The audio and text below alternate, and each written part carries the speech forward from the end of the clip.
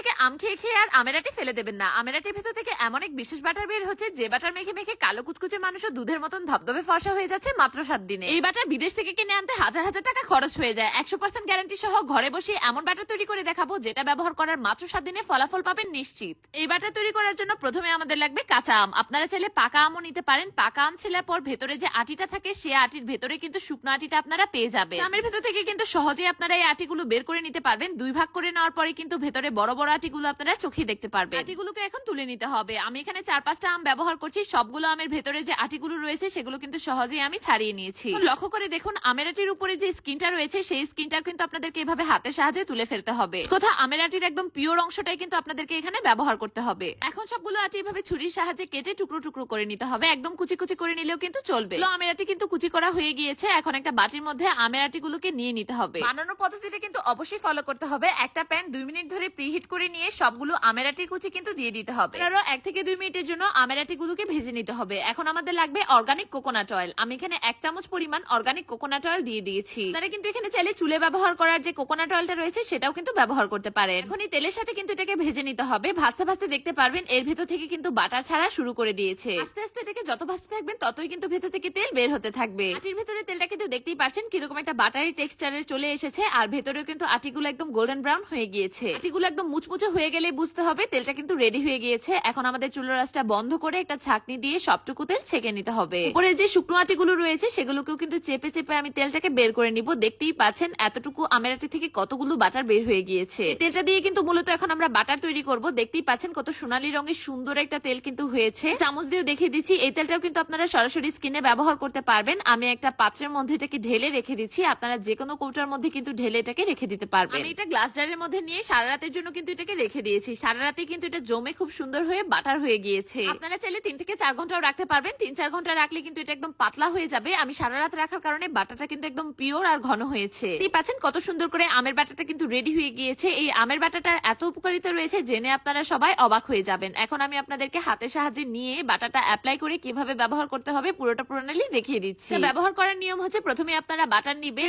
যে কোনো জায়গায় এটাকে ব্যবহার করতে পারবেন। আপনারা হ্যান্ড ক্রিম অথবা মুখে লাগানোর জন্য যতটুকু ক্রিম হিসেবে ব্যবহার করেন ততটুকু বাটারই কিন্তু নিবেন এবং যে স্কিনে আপনারা লাগাতে চান সেই জায়গাগুলোতে লাগিয়ে নিবেন। অবশ্যই দিনে একবার ব্যবহার করতে হবে। শীতের দিনে কিন্তু আপনারা রাতে ঘুমাতে যাওয়ার আগে ব্যবহার করতে পারেন। আর গরমের দিনে আপনারা গোসলের আগে ব্যবহার করে গোসলের সময়টাকে ধুয়ে ফেলতে পারেন। আপনারা টানা 7 দিন ব্যবহার করলেই কিন্তু নিজের চোখে ফলাফল দেখতে পারবেন। ছেলে এবং মেয়ে উভয় কিন্তু এটা ব্যবহার করতে পারবেন। মোট কথা শরীরের সকল অংশে কিন্তু এটা ব্যবহার করতে পারবেন। ফুল বডি ফর্সা করার জন্য এবং সুন্দর রাখার জন্য কিন্তু এই বাটারটার কোনো জুড়ি নেই। দেশের কান্ট্রিগুলোতে কিন্তু বিদেশিরা এসব বাটারই ব্যবহার করে তাদের স্কিনকে সুন্দর রাখে সবসময়। দেরি না করে আমের আটিগুলো ফেলে না দিয়ে আমের আটি দিয়ে এরকম বাটার তৈরি করে রেখে